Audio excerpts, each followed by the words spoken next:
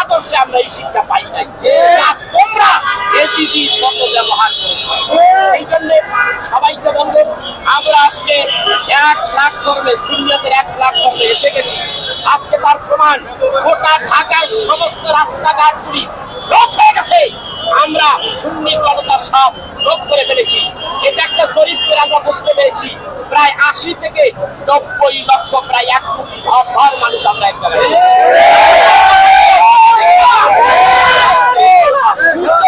ছোট দরবার বড় দরবার ভেদাভেদ নাই। আমার পরিচয় আমরা শুনি, আমার পরিচয় আমরাই ফিলিস্তিনি, আমার পরিচয় আমরা বাংলাদেশের নাগরিক। আমাদেরকে ফেলে দিবা এত সোজা নয়।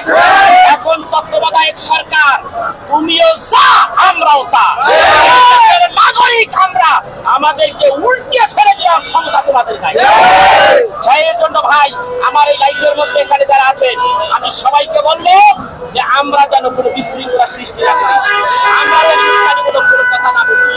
আমরা রাসূলের আদর্শের লোক এবং হাসান হুসাইনের সৈনিক এবং পীর মাশায়েখ, হক্কানি পীর মাশায়েখদের অনুসারী। আমাদের চরিত্র রাসূলের চরিত্রের মতো। মানুষ মাত্র মানুষের গুনাহ হতেই পারে, তার জন্য তওবার ব্যবস্থা আছে। তাদের কাছে আমরা ক্ষমা চাওয়ার কোনো প্রশ্নই উঠে না। আমরা যদি কোনো অপরাধ করে থাকি, তাহলে আল্লাহর কাছে ক্ষমা চাবো। আসেন, আমরা আজকে মিলাদের মাধ্যমে আজকের অনুষ্ঠান শেষ। একটু বলবেন আপনাকে বাধা কে দিয়েছে?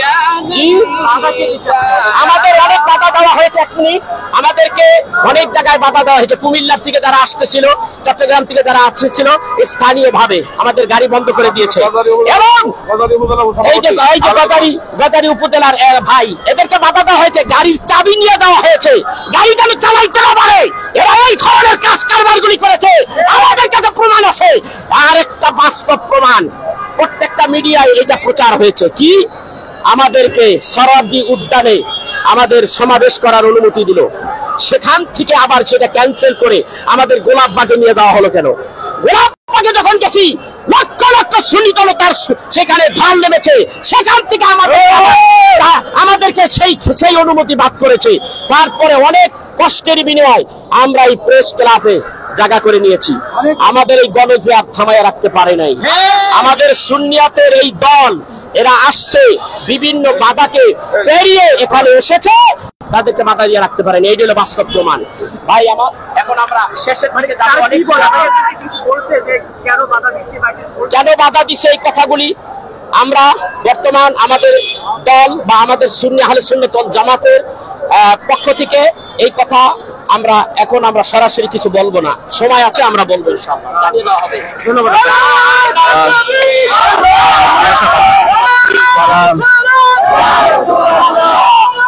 ফিলিস্তিনিদের জন্য আজকে করা হচ্ছে, তারা আমরা দেখতে পাচ্ছি তারা বলছেন যে তাদেরকে আসার পথে বাধা দেওয়া হয়েছে, এমনকি তারা আমাদেরকে বলেছেন। আমরা দেখতে পাচ্ছি যে এখানে ফিলিস্তিনিদের জন্য এই মুহূর্তে আপনারা দেখতে পাচ্ছেন যে হাজার হাজার মানুষ এসেছেন। একটু বলবেন আজকে আপনাদের এই চলমান কারণটা কি? আমাদের এই চলমান কারণটা হচ্ছে ইসরায়েলের যে বর্বরতা, মুসলমানদের যে আপনার ভারতের যে বর্বরতা, মায়ানমারের যে বর্বরতা, সম্পূর্ণ মিলে যে মুসলমানদের বিরুদ্ধে যে অত্যাচার হচ্ছে, আমাদের আহলে সুন্নাত ওয়াল জামাতের পক্ষ থেকে আমরা ঢাকা রাজপথে এসে আমরা তাদেরকে জানান দিতে চাই, জাতিসংঘকে জানান দিতে চাই, তারা যেন এই হামলার সুষ্ঠু তদন্ত করে, যারা এই বর্বরতা মুসলমানদেরকে হামলা চালাচ্ছে তাদেরকে যেন সুষ্ঠু বিচারের আওতায় এনে মানবাধিকার সংস্থার মাধ্যমে যেন তাদেরকে বিচার করা হয়, সেটাই আমাদের কামনা। আমরা চট্টগ্রাম থেকে এসেছি। আমরা সারা সুন্নি জনতা আহলে সুন্নাত ওয়াল জামাতের পীর মাশায়েখরা, আমাদের বিভিন্ন দরবার 12,000 দরবারের রয়েছে সারা বাংলাদেশে, আরো বিভিন্ন রয়েছে পীর মাশায়েখরা একত্ররা আমাদেরকে পছন্দ করার কারণে আমরা সবাই এখানে এসে আমরা মুসলমানদেরকে যারা যে অত্যাচার যেন না হয় সেজন্য আমরা এর প্রতিবাদ জানার জন্য আমরা এই ঢাকামুখী অভিযান কর্মসূচি দিব। আহলে সুন্নাত ওয়াল জামাত পীর মাশায়েখ আমাদের মূল প্রোগ্রামটা হওয়ার কথা ছিল।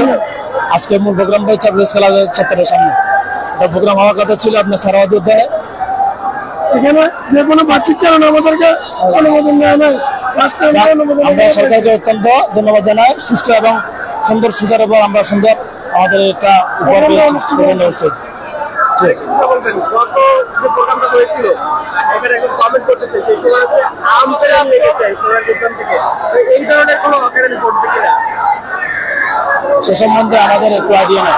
আমরা হচ্ছে তরিগত পীরমা সাহেব শাহজালালের বাংলাদেশ, সাপরারের বাংলাদেশ, কিন্তু সাইদারিয়ার বাংলাদেশ, আপামার জনতা।